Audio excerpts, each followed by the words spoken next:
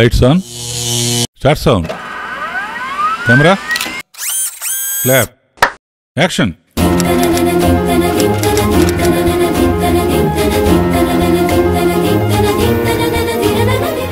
Om Namo Venkatesaya.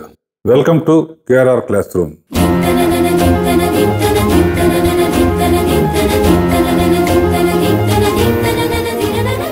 First పార్ట్లో ఇతని పేరు శివుడు.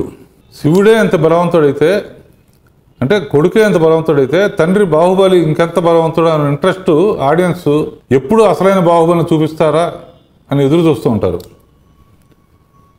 ఎప్పుడైతే కొడుకు తన తల్లి కథ విన్నాడో, గుర్రం మీద బయలుదేరినప్పుడు తల్లికి తెలియని అనుభూతి కలగటం, అదిగో నా కొడుకు వస్తున్నాడు అనగానే తల్లి పాయింట్ ఆఫ్ వ్యూలో వస్తున్న కొడుకులోంచి అసలైన బాహుబలిని చూపించిన విధానం రాజమౌళి డైరెక్టోరియల్ స్కిల్కి హైలైట్ అనమాట.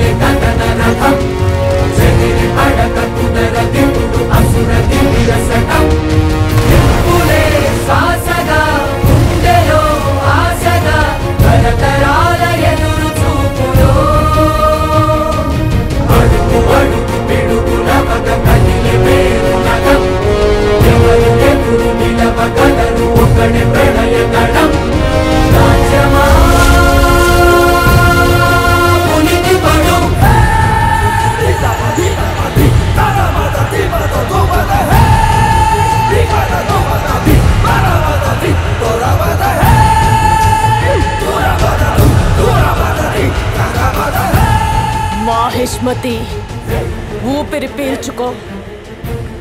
నా కొడుకొచ్చాడు, బాహుబలి తిరిగొచ్చాడు.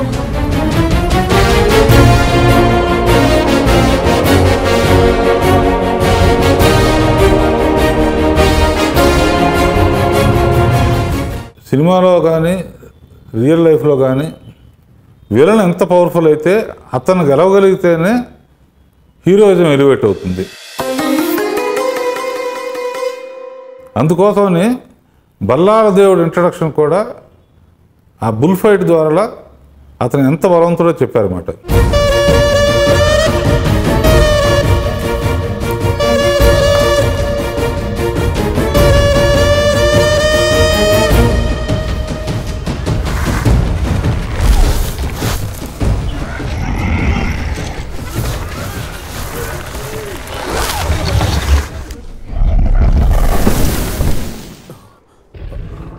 ప్రభు, ఆ దున్నను అడవి నుంచి తెచ్చి 2 రోజులే అయింది, ఇంకా లొంగలేదు.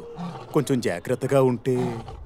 ఓ మంత్రి వార్య, బల్లాల దేవుణ్ణి దెబ్బ కొట్టాలంటే ఒక్కటి కాదు 10 దున్నలు కావాలి.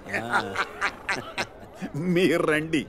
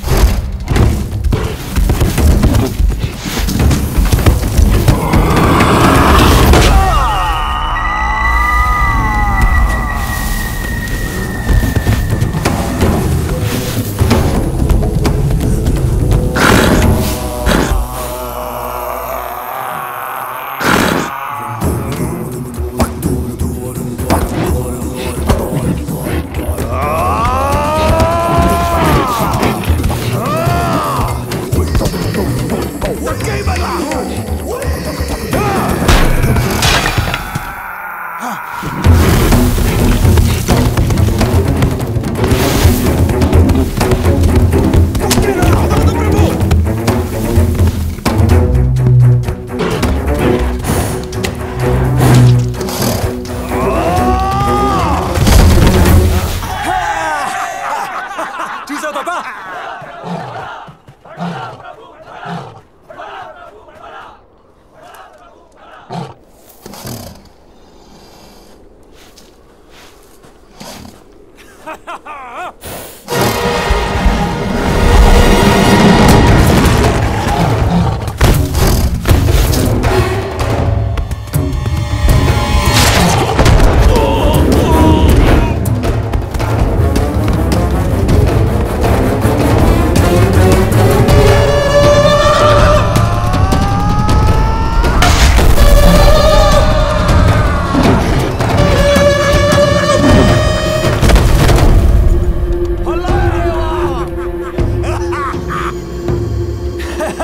నాన్న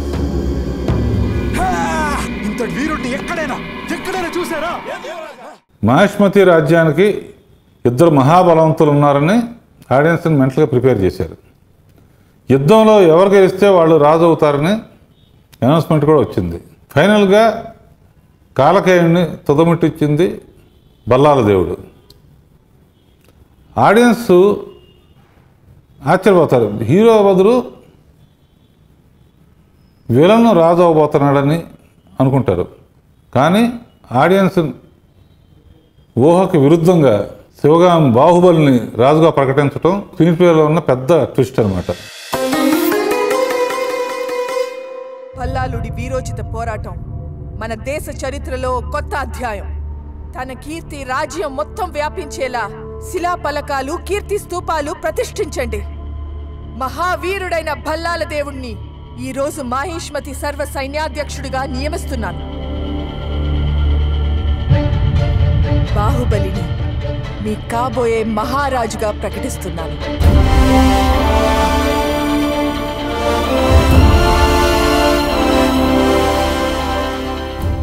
జనరల్గా అందరూ అనుకుంటారు శత్రువుని చంపినవాడే రాజు అవుతాడని.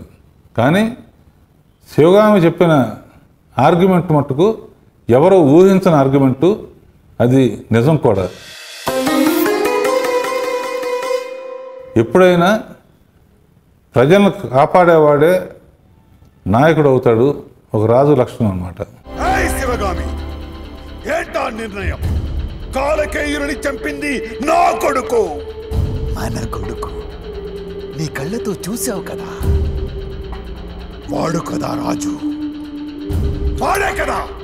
రాజుకి కావలసిన అర్హత శత్రువుల్ని చంపటం మాత్రమే కాదు, ప్రజల్ని కాపాడటం కూడా. యుద్ధంలో బల్లాలుడు దృష్టంతా శత్రు సంహారంపైనే ఉంచాడు.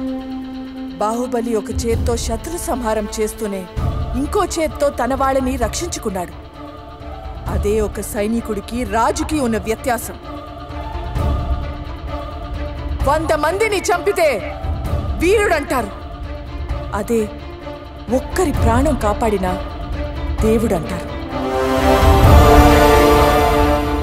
ఇంత భయంకరంగా యుద్ధం చేసి శత్రువుని గెలిచినా కూడా తనకు రాజ్యాధికారం రాలేదన్న పగ ఎటు దారి చేస్తుందనే ఇంట్రెస్ట్ సెకండ్ పార్ట్ వరకు వెయిట్ చేసేటట్టు చేస్తుంది. నలుగురు అలగాజనాన్ని కాపాడితే బాహుబలి ఓ శుభ ముహూర్తాన మాహిష్మతి మహారాజుగా పట్టాభిషిక్తుడు అవుతాడు. ఇది నా మాట, నా మాటే శాసనం.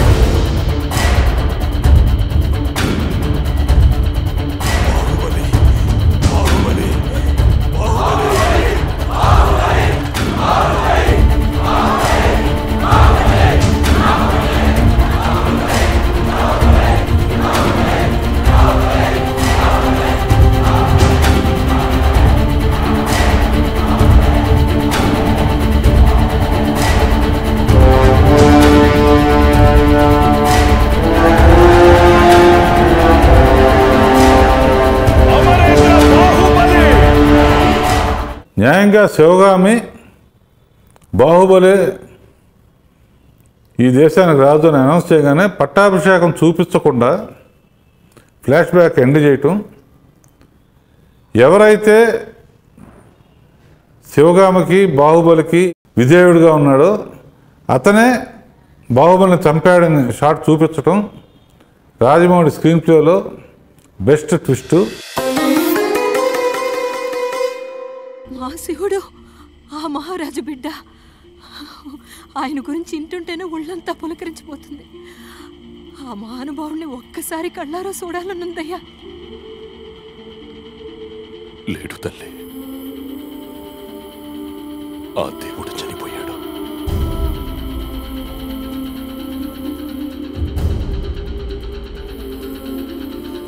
శత్రువు దగ్గర రాలేడన్నావు, ఆయుధం తన్ను ముట్టుకోవడానికే భయపడుతుందన్నావు. అలాంటి మహావీరుడు ఎలా చచ్చిపోయాడు? కత్తి వేటు కన్నా బల్లెం పోటు కన్నా దారుణమైనది వెన్నుపోటు మహేంద్ర. ఎవరు తాత? ఎవరు? ఆ నీచుడిని నేనే.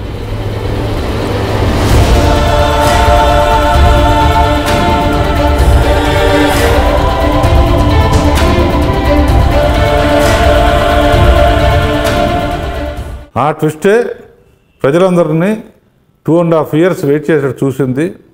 బాహుబలి ది కంక్లూషన్ ఎప్పుడు వస్తుందా అని ఎదురు చూసేట్టు చేసింది.